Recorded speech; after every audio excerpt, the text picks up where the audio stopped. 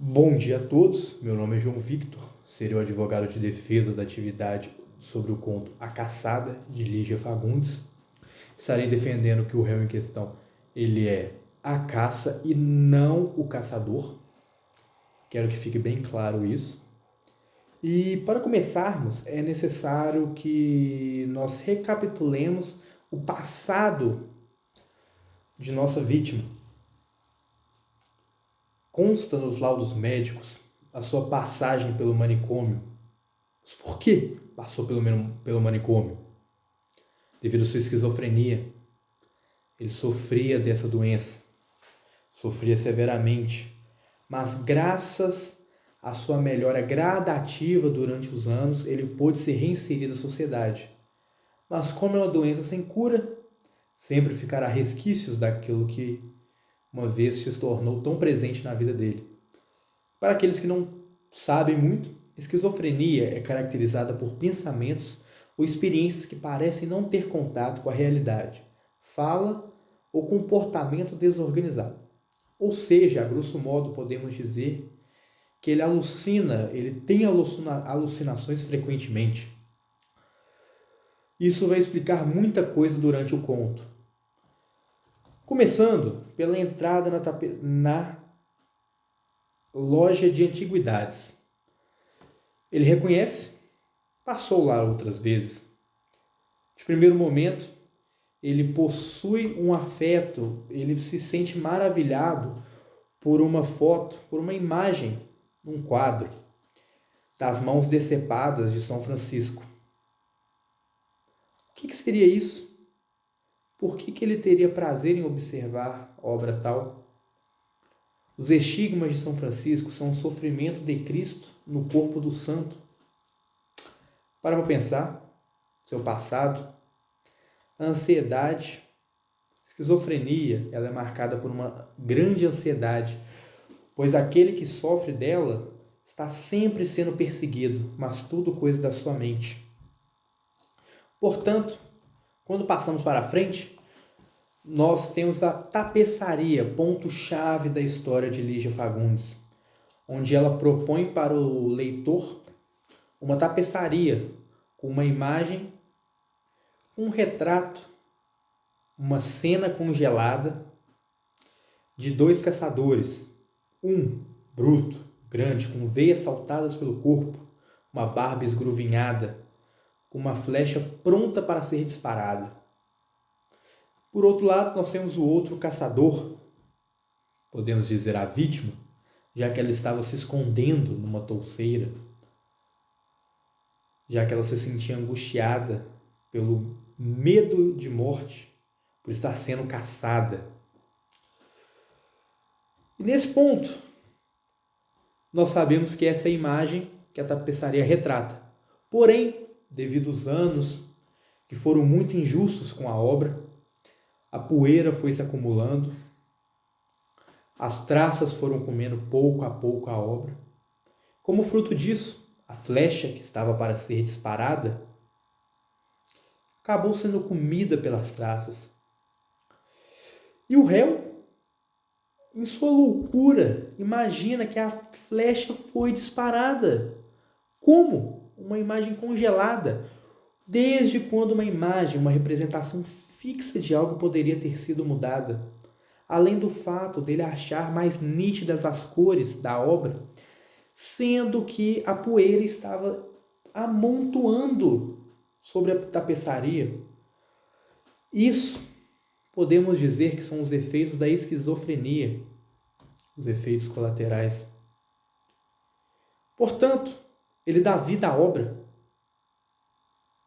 Ele vê movimentos, ele imagina os movimentos, o desenvolver da história, o que era para ser uma imagem, virou uma narrativa, uma história.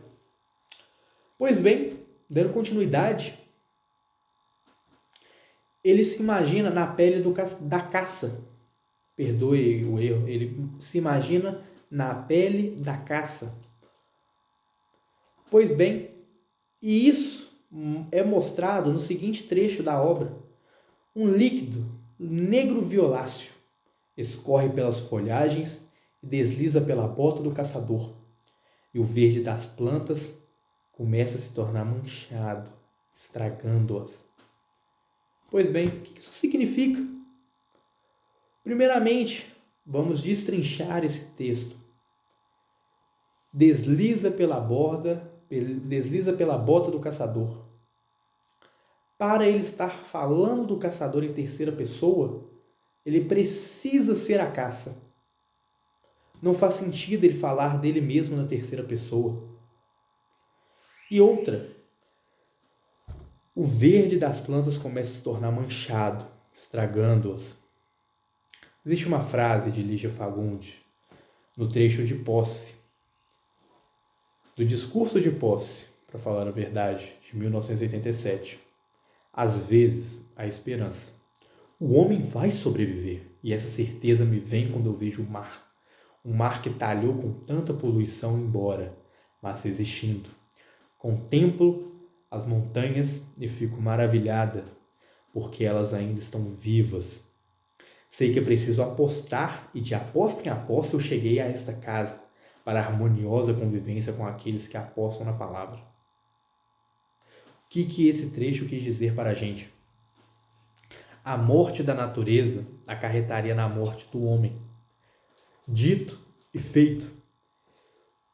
Pela touceira ter estragado, ter murchado, o que tem acontecido devido ao líquido negro violáceo culminaria na morte do homem, pois o caçador teria uma visão limpa de seu alvo. Continuando, quando o réu volta a si mesmo, ele volta a ter consciência de si, ele se vê cansado, ansioso, com medo. E por que ele estaria com medo, com todas essas características, se ele fosse o caçador? Simples, porque ele não é. Ele estaria fugindo pela sua vida. Pois bem, durante toda a trama, a Lígia ela brinca com o leitor no tocante aos planos, tanto que na frase dela, a beleza não está nem na luz, nem na sombra. Está no crepúsculo, nesse meio tom, nessa incerteza. Ela chega a brincar com a gente devido à ambiguidade, à dualidade entre os planos, o real e o imaginário criado pelo réu. O que nós podemos dizer da barba esgruvinhada do caçador forte, aquele que estava caçando a vítima? Problemas do passado. Uma rede que acabou pegando a vítima. Problemas mal resolvidos do passado que acabaram por atacar ele agora. E assim como no início do conto, a flecha disparada apenas acertou seu alvo no final do conto. Acabou fazendo parte de sua ilusão. A imagem da tapeçaria congelou, com ele morrendo, sendo vítima de sua própria loucura. Isso deixa claro que a sua mente estava torturando. Ele era refém de seus próprios pensamentos. E a única forma dele se livrar disso foi a morte. Assim termino minha defesa. Muito obrigado.